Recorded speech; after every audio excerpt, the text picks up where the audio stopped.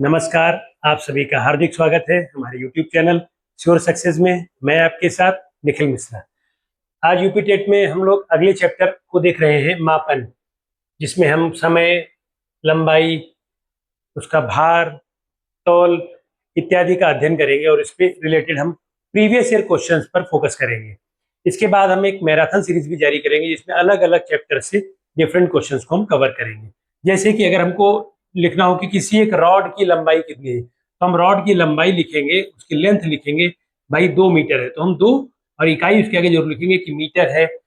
या अगर कोई एक स्केल है तो उसकी लंबाई कितनी है, 12 सेंटीमीटर है, एंड सो ऑन।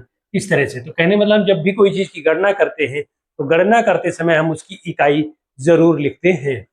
ठीक है। अब लंबाई के संबंध में आप सभी लोगों ने पढ़ रखा होगा, जो भी यूनिट्स होती हैं इनमें आपस में क्या रिलेशन होता है, हमको पढ़ाया जाता है।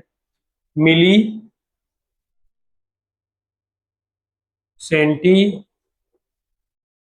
इसको ऐसे लिखे तो ज्यादा सही रहेगा, milli, centi, deci, metre, deca, hecto, kilo. ठीक है। ये याद रखने का एक तरीका हम लोगों को बचपन में बताया जाता था और तरीका सही भी है। Milli, centi, deci, metre, deca, hecto, kilo. ठीक है। हर एक में 10-10 का अंतर होता है, 10-10 का मल्टीप्लायर होता है। अगर हम बात करें 1 किलो में, यहां पर हम लगा सकते हैं किलोमीटर, हेक्टोमीटर, डेकामीटर, ये मीटर है ही, डेसीमीटर, सेंटीमीटर, मिलीमीटर। ठीक है। अब अगर हम बात करें 1 किलोमीटर में 10 हेक्टोमीटर हो जाते हैं, 1 हेक्टोमीटर में 10 डेकामीटर हो जाते हैं, 1 डेकामीटर में 10 मीटर हो जाते हैं, 1 मीटर में 10 डेसीमीटर हो जाते हैं, 1 डेसीमीटर में 10 सेंटीमीटर हो जाते हैं, 1 सेंटीमीटर में 10 मिलीमीटर हो जाते हैं। ठीक है। तो ये आपको याद करना होगा, milli, centi, decimetre, deca, hecto, kilo. ठीक है। अब हम देखते हैं 10-10 के मल्टीप्लायर में चलते हैं। 1 किलोमीटर में 10 हेक्टोमीटर, 1 हेक्टोमीटर में 10 डेकामीटर, एंड सो ऑन। लेकिन अगर हमसे कहा जाए यहां से 1 किलोमीटर में कितने मीटर होते हैं, 1 किलोमीटर में कितने मीटर निकालने के लिए आप देखिए 10-10 3 बार गुणा होगा, क्योंकि एक बार 10 यहाँ पे है, फिर गुणे 10 और फिर गुणे 10। 1 किलोमीटर में मीटर कितने हो गए, 1000 मीटर हो गए। ठीक है। इसी तरह से कोई भी निकालना होगा, 1 मीटर में सेंटीमीटर निकालना है तो 1 मीटर में सेंटीमीटर निकालते समय हम क्या करेंगे, 1 मीटर में डेसीमीटर कितने थे, 10, 1 डेसीमीटर में सेंटीमीटर कितने थे, 10, तो 10 गुणे 10 यानी कि 100। ये आ गए 100 सेंटीमीटर आ गया। सही है। एक बार आपको ये एक पैटर्न याद कर लेना है और ये याद करना कि 10-10 के मल्टीप्लायर में होते हैं, फिर आप कोई भी यूनिट किसी में कन्वर्ट कर सकते हैं। चलिए आगे बढ़ते हैं कि हम लंबाई में किस तरह से यूनिट्स में कोरिलेशन रहता है। यही बात अगर हम भार में देखें तो हम मीटर को रिप्लेस कर देंगे ग्राम से, जहां जहां मीटर था वहां ग्राम हो जाएगा। बाकी जो भी पैटर्न हमने याद किया था वो वही रहेगा। मिली, सेंटी, डेसी, मीटर की जगह पे आ जाएगा ग्राम, डेका, हेक्टो, किलो, जहां जहां मीटर लगा था वहां वहां हमने ग्राम कर दिया। ठीक है। हम पिछले अभी उसमें हमने बताया था कॉन्सेप्ट में, जब हम लंबाई पढ़ रहे थे, हमको जब भी किसी भी यूनिट को मेजर करना होता है, जब भी हमको कोई भी चीज नापनी होती है तो हम उसको यूनिट्स में लिखते हैं, वो हम उसको यूनिट में ही प्रदर्शित करते हैं। तो अब इनमें 10-10 के मल्टीप्लायर होते हैं। 1 किलोग्राम में 10 हेक्टोग्राम, 1 हेक्टोग्राम में 10 डेकाग्राम, 1 डेकाग्राम में 10 ग्राम, एंड सो ऑन 10-10 का। अगर 1 किलोग्राम में हमसे ग्राम निकालने को कहा जाए तो 10-10-10 3 बार आया तो 1000 हो गया। 1 ग्राम में सेंटीग्राम निकालने कहा जाए तो 10 और 10 2 बार आया तो 100 सेंटीग्राम हो गया। 1 ग्राम में मिलीग्राम कहा जाए तो 1 2 3 बार आया तो 1000 मिलीग्राम। 1 ग्राम बराबर 1000 मिलीग्राम। ठीक है। इसके अलावा भार की एक यूनिट ये भी होती है कि 1 क्विंटल की अगर हम बात करें, 1 क्विंटल में कितने किलोग्राम होते हैं, 100 किलोग्राम होते हैं। ठीक है। अगर हम बात करें 1 मीट्रिक टन, 1 मीट्रिक टन में 10 क्विंटल होते हैं। तो 10 क्विंटल का मतलब हम ये भी कह सकते हैं 10 गुणे 100 यानी 1000 किलोग्राम हो गए। तो ये भार की इकाइयां हुई, भार की यूनिट्स हुई। आगे हम देखते हैं समय। हम सामान्यतः जानते हैं कि एक सामान्य वर्ष में, अगर हम बात करें एक सामान्य वर्ष, तो एक सामान्य वर्ष में कितने दिन होते हैं? 365 दिन होते हैं। एक सामान्य वर्ष में 365 दिन होते हैं। हम इसको ये भी लिख सकते हैं कि 52 सप्ताह प्लस एक दिन। एक सप्ताह में 7 दिन होते हैं, 7 को 52 से गुणा करेंगे तो 364 आ जाएगा, तो और एक जोड़ देंगे तो 365। तो हम एक सामान्य वर्ष में 365 दिन है, इसको ऐसे भी लिख सकते हैं। तो यानी कि एक दिन जो एक्स्ट्रा बच रहा है, इसीलिए इसको कहते हैं एक विषम दिन है। पूरा पूरा निकालने के बाद में जो बच रहा है उसको एक विषम दिन कहते हैं। तो एक सामान्य वर्ष में एक विषम दिन होता है। अगर हम बात करें एक लीप वर्ष, हर 4 साल बाद जो एक वर्ष आता है वो लीप वर्ष होता है, और उसमें एक दिन एक्स्ट्रा होता है सामान्य वर्ष से, तो उसमें 366 दिन होते हैं। लीप वर्ष में हमारे 366 दिन होते हैं। इसको हम ये भी कह सकते हैं कि 52 सप्ताह प्लस 2 दिन, तो इसमें 2 विषम दिन होते हैं। इसमें अगर हम बात करें तो 2 विषम दिन होते हैं। अगर हम एक पॉइंट और नोटिस करें, किसी भी, ये रीजनिंग का अच्छा क्वेश्चन है, किसी भी सामान्य वर्ष में जो वर्ष का पहला दिन होगा और जो वर्ष का अंतिम दिन होगा, दोनों ही समान होंगे। अगर हम एग्जांपल ले लें, सपोज 2003 में अगर पहला दिन था हमारा सोमवार, हमने मान लिया पहला दिन सोमवार था, तो इसी वर्ष 2003 का जो अंतिम दिन होगा वो भी क्या होगा? हमारा सोमवार ही होगा। सामान्य वर्ष में वर्ष का पहला दिन और अंतिम दिन एक ही होते हैं। पहला दिन अगर सोमवार है तो अंतिम दिन भी सोमवार होगा। लेकिन अगर वो वर्ष लीप वर्ष है, जैसे कि 2004, लीप वर्ष में जो पहला दिन होगा अगर वो सोमवार है, लीप वर्ष में अगर पहला दिन सोमवार है, तो लीप वर्ष का जो अंतिम दिन होगा वो उसका अगला दिन होता है, यानी कि मंगलवार होगा। ठीक है, तो ये कुछ चीजें आपको ध्यान में रखनी होंगी। कोई भी सामान्य वर्ष है तो पहला और अंतिम दिन सेम है। लीप वर्ष है तो पहला दिन जो होगा, अंतिम दिन उसका अगला दिन होगा। लीप वर्ष की एक और खासियत होती है कि लीप वर्ष हमेशा 4 से विभाजित होता है। लीप वर्ष जो है वो 4 से क्या होता है? विभाजित होता है। आप इसको 2004 को 4 से कट करके देख लीजिए। इसी तरह से 2008 हुआ, 2012 हुआ, एंड सो ऑन। लीप वर्ष हमारा 4 से विभाजित होता है। इसी तरह से आप जानते हैं कि एक सप्ताह में कितने दिन होते हैं? एक सप्ताह में 7 दिन होते हैं। तो 7 दिन बाद जो है चक्र बदलता रहता है, 7 दिन बाद आवर्ती चक्र फिर से शुरू हो जाता है। इसी तरह से आप सभी जानते हैं कि 1 घंटे में 60 मिनट होते हैं। 1 घंटे में 60 मिनट होते हैं। 1 मिनट में 60 सेकंड होते हैं। 1 घंटे में 60 मिनट, 1 मिनट में 60 सेकंड, एक दिन में 24 घंटे होते हैं। इसके साथ ही साथ आप ये भी जानते हैं कि ताप के संबंध में अगर हम बात करें, तो अगर फ़ारेनहाइट और सेल्सियस, इन दो में हम संबंध पूछे क्या होता है, क्या कोरिलेशन है दोनों में, इन दोनों में जो कोरिलेशन होता है वो होता है F-32/9 बराबर C/5। जहाँ पर ये जो है ये फॉर्मूला हो गया। यहाँ पर C जो है डिग्री सेल्सियस है और F जो है फ़ारेनहाइट में टेम्परेचर है। शरीर का तापमान अगर हम कहते हैं 37 डिग्री सेल्सियस है, तो फ़ारेनहाइट में कैसे निकालेंगे? F-32/9 बराबर 37/5। फिर इसको हम सॉल्व कर लेंगे। ठीक है, नेक्स्ट क्वेश्चन है, ये 2018 में पूछा गया है। सामान्य मनुष्य के शरीर का ताप 37 डिग्री सेल्सियस है, फ़ारेनहाइट पैमाने पर ये ताप क्या होगा? 4 विकल्प आपको दिए हुए हैं। हमने आपको ये बताया था कि फ़ारेनहाइट और सेल्सियस में क्या रिलेशन होता है ताप या टेम्परेचर के संबंध में। F-32/9 बराबर होता है C/5, जहाँ पर C जो है सेल्सियस को डिनोट करता है, F हमारा फ़ारेनहाइट को डिनोट करता है। F और C में से जो भी दिया रहेगा उसकी वैल्यू रख देंगे और दूसरा हम निकाल सकते हैं। तो C हमारा 37 दिया है, तो हम यहाँ से लिख सकते हैं F-32/9 बराबर 37/5। अब हम इसको सॉल्व कर लेंगे। F-32 इज इक्वल टू 9 गुणे 37 और 5 इधर आ जाएगा।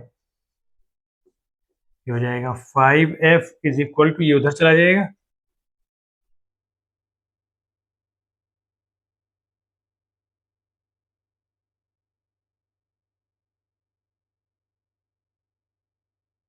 F हमारा आ जाएगा 493/5।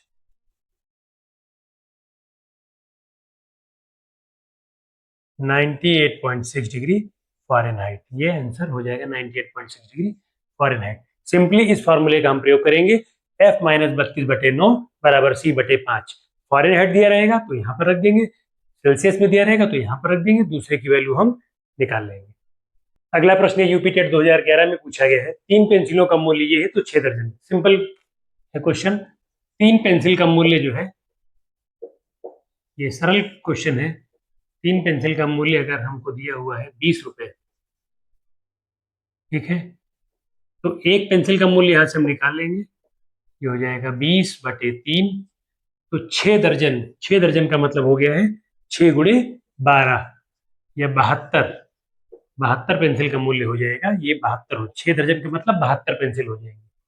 72 पेंसिल का मूल्य हो जाएगा 20/3 गुणे 72। इसको हम सॉल्व कर लेंगे, 480 रुपए आ जाएगा। ये विकल्प सही है। अगला क्वेश्चन है, यूपीटेट 2018 में पूछा गया है। इसमें कह रहे हैं यदि 3 पेन, 2 पेंसिल और 4 रबड़ का मूल्य ₹92 है तथा 8 पेंसिल और 16 रबड़ का मूल्य इतना है, तो 24 पेन का मूल्य क्या होगा?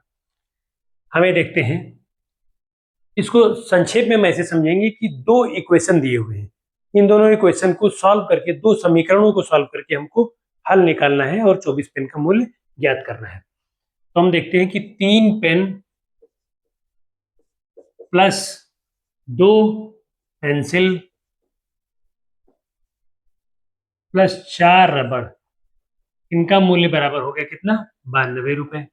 ये पहला इक्वेशन हो गया, इसको मान सकते हैं इक्वेशन नंबर 1, ठीक है।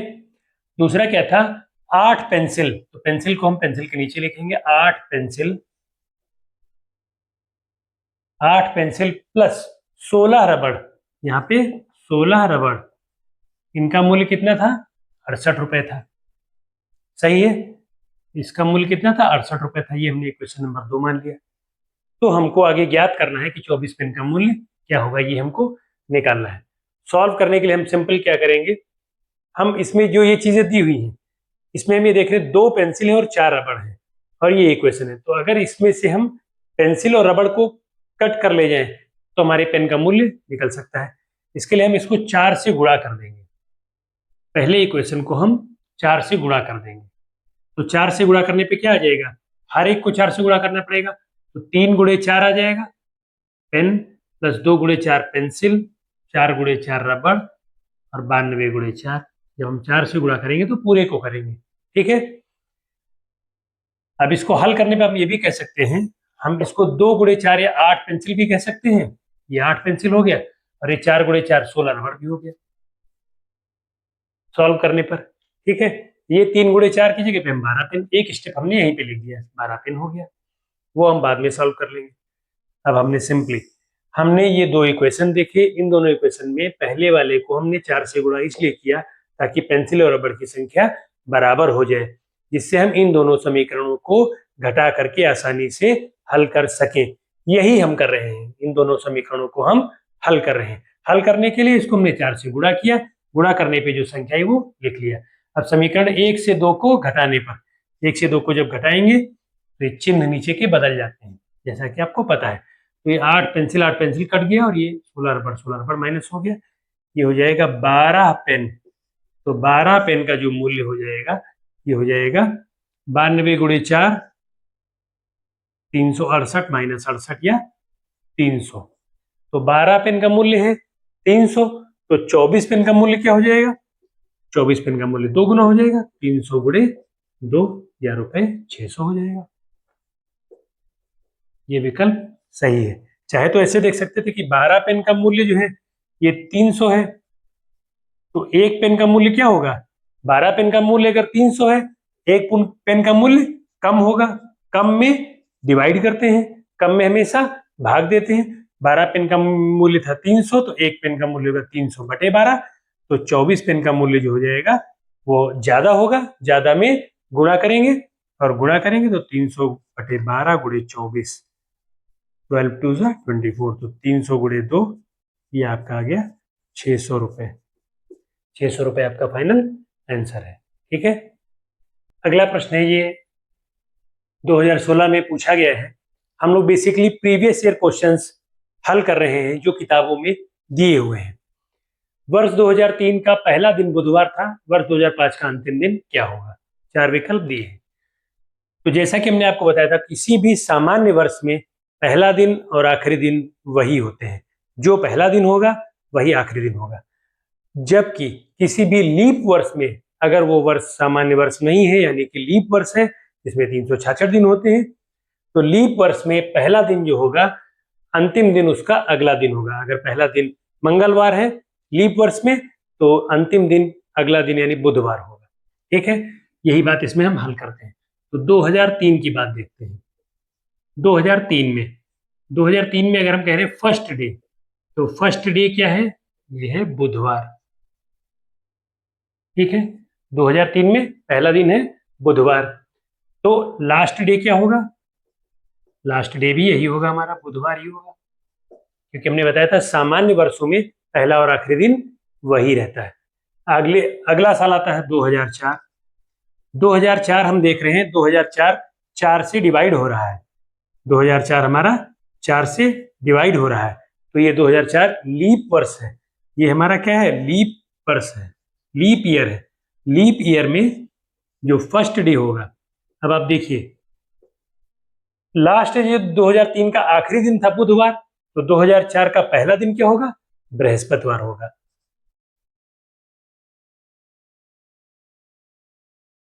क्लियर कर लीजिए, 2003 का आखिरी दिन था बुधवार, तो 2003 का आखिरी दिन अगर बुधवार था, तो 2004 का पहला दिन क्या हो जाएगा? अगला हो जाएगा, बृहस्पतिवार हो जाएगा। ठीक है, यहां तक तो कोई दिक्कत है नहीं। लेकिन लीप वर्ष में, जो लीप वर्ष में पहला दिन अगर बृहस्पतिवार है, तो अंतिम दिन क्या होगा? अगला, अगला यानी शुक्रवार होगा। अगर ये सामान्य वर्ष होता तो बृहस्पतिवार होता अंतिम दिन, सेम होते, लेकिन चूंकि सामान्य वर्ष नहीं है, तो लीप वर्ष में अगला दिन अगला, अंतिम दिन अगला होगा, यानी बृहस्पतिवार का अगला शुक्रवार होगा। ये तो बात हो गई 2004 की। अब हम देखते हैं 2005। तो 2005 में देखते हैं, 2005 में अगर हम देखते हैं फर्स्ट डे, तो 2005 में फर्स्ट डे हमारा हो जाएगा, 2004 का आखिरी दिन है शुक्रवार, तो 2005 का पहला दिन क्या हो जाएगा? शनिवार हो जाएगा। ये तो क्लियर है, इसमें कोई दिक्कत नहीं है, सिंपल है। और ये 2005 सामान्य वर्ष है, सामान्य वर्ष है, तो जो फर्स्ट डे होगा वही इसका लास्ट डे भी होगा, तो लास्ट डे भी इसका क्या होगा? शनिवार ही होगा। ठीक है, इस तरह से हमने ये देखा, ऑप्शन 4 शनिवार सही है। यही कॉन्सेप्ट यूज किया कि सामान्य वर्ष में पहला और आखिरी दिन बराबर होते हैं, लेकिन लीप वर्ष में जो पहला दिन होता है, आखिरी दिन उसका अगला दिन होता है। बस यही कॉन्सेप्ट इसमें हमने यूज किया है और हल निकाला है। अगला क्वेश्चन है हमारा, ये 2011 में पूछा गया है। सायं 3:21 से 5 घंटे 28 मिनट पहले क्या समय था? ठीक है, तो इसको सॉल्व करते समय हम देखेंगे, सायं 3:21 का समय दिया हुआ है, तो सायं 3:21 का अगर हम इसको कंप्लीट क्लॉक में लिखना चाहें, जो रेलवे क्लॉक में हम लिखते हैं, तो 12 इसमें हम जोड़ देंगे, तो ये हो जाएगा 12 और 3 15। 24 आवर्स वाले में हम अगर इसको पैटर्न में लिखना चाहेंगे समय को, तो 15:21 हो जाएगा। 12 जोड़ देंगे। जब भी हम शाम का 3:21, आपने रेलवे में रिजर्वेशन में देखा होगा, तो उसमें 24 आवर्स क्लॉक में ही दिखाते हैं, 3:21 PM नहीं लिखते हैं, उसमें लिखते हैं 12 जोड़ के 15:21 लिखते हैं। ठीक है, तो 24 आवर्स के पैटर्न में, इसलिए हम इसमें 12 जोड़ करके लिख लेंगे इस समय को। 12 और 3 15 हो गया, 15:21 हो गया। इससे कह रहे हैं 5 घंटे 28 मिनट पहले, तो इसमें से हम 5 घंटे 28 मिनट क्या करेंगे? घटा देंगे, 5 घंटे 28 मिनट घटा देंगे। क्लियर है, 3:21 था, क्योंकि शाम का समय था, 12 इसमें हम जोड़ देंगे, 12 3 15 हो जाएगा, 15:21 हो जाएगा। इससे 5 घंटे 28 मिनट पहले, तो पहले के लिए हम इसमें से 5 घंटे 28 मिनट घटा देंगे। अब ये प्रॉपर घटाने के लिए हम इधर से 1 घंटा उधार लेंगे, 1 घंटा जब इधर जाएगा तो ये 15:21, 15 का हो जाएगा 14। 1 घंटा हमने इसमें से माइनस किया, इधर ले गए। 1 घंटा बराबर 60 मिनट, 60 मिनट इसमें जुड़ जाएंगे। आपने समय को घटाने में किस तरह से होता है हम फिर से आपको बता रहे हैं। 21 से 28 घट नहीं सकता है, तो हमने इधर से 1 घंटा उधार लिया। 1 घंटा जो उधार लिया, तो जब इसमें से 1 घंटा माइनस हो गया तो इधर 14 घंटे बचे। इधर 1 घंटा जो चला गया तो घंटे को हम मिनट में बदलेंगे। 1 घंटे में 60 मिनट होते हैं, इधर जुड़ जाएंगे 60 मिनट जुड़ जाएंगे। 21 मिनट पहले से थे और उसमें 1 घंटा यानी कि 60 मिनट जुड़ जाएंगे, तो क्या हो जाएगा 81 मिनट हो जाएगा। तो ये 14:81 हो गया। इसमें से हम ये एज इट इज रखेंगे, 5 घंटे 28 मिनट घटा देंगे, माइनस कर देंगे। अब आप सिंपल माइनस कर लीजिए।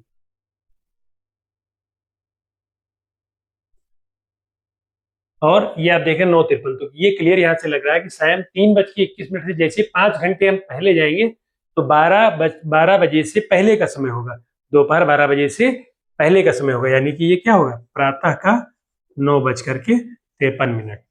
ये हमारा आंसर सही है, प्रातः 9:53। सिंपल 24 आवर्स क्लॉक का यूज किया है।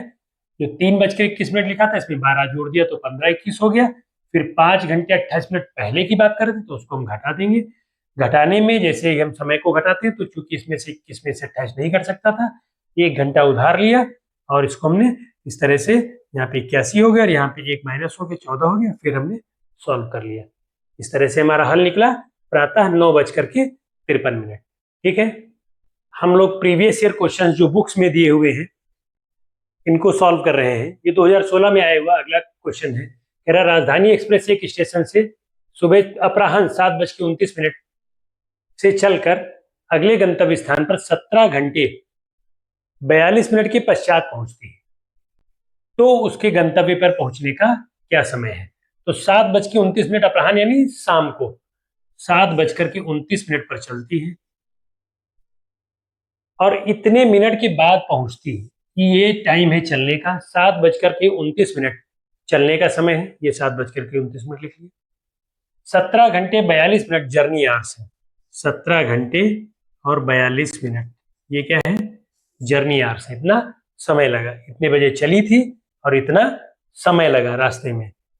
तो इन दोनों को अगर हम जोड़ लें, अगर हम इन दोनों को जोड़ लेते हैं तो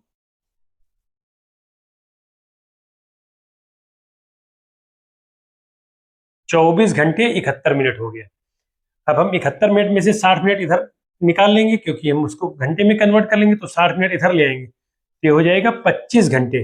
60 मिनट इधर से हम 60 मिनट निकाल लेंगे, 60 मिनट का 1 घंटा होता है, 1 घंटा इधर जुड़ जाएगा तो 24 का 25 घंटे हो जाएगा।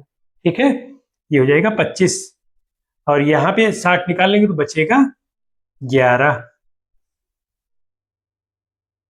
तो अब शाम को 7:29 पे चले थे, पूरा 25/11 का मतलब है कि अगर हम इसको दो भागों में तोड़ लें, इसमें से 24 घंटे निकाल दें, अगर हम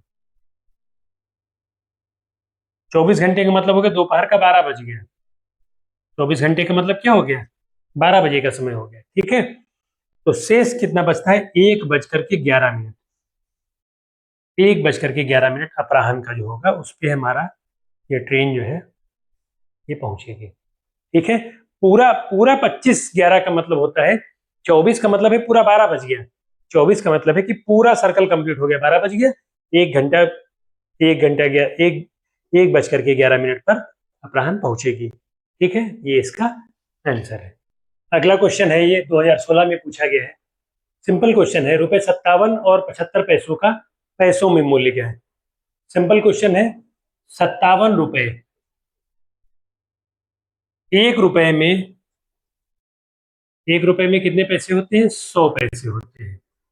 ये हमको ध्यान रखना है कि 1 रुपए में 100 पैसे होते हैं, तो ₹57 में कितने पैसे होंगे 57 गुणे 100 या 5700 पैसे हो जाएंगे। ठीक है, 1 रुपए में 100 पैसे तो ₹57 में 5700 पैसे हो गए। अब ₹57 और 75 पैसे इस पूरे का पूछ रहे हैं, तो अगर हम ये देखें तो ₹57 और 75 पैसे अगर इसकी बात करें तो 57 रुपए को पैसे में हम निकाल ही चुके हैं, 5700 हो गए, प्लस 75 पैसे और हैं, इन दोनों को हम जोड़ लेंगे तो 5775 पैसे, ये आंसर आ जाएगा, चौथा विकल्प सही है। इस तरह से हमने आज समय, लंबाई, भार, माप, मेजरमेंट का चैप्टर में पिछले सालों के क्वेश्चंस के साथ कंसेप्चुअल पार्ट पढ़ा है। आप सभी लोग हमारे इस चैनल पर बने रहिएगा, आने वाले समय में हम और क्वेश्चंस की सीरीज और मैराथन सीरीज भी निकालेंगे। आप सभी हमारे चैनल को लाइक और सब्सक्राइब जरूर करें। Thank you.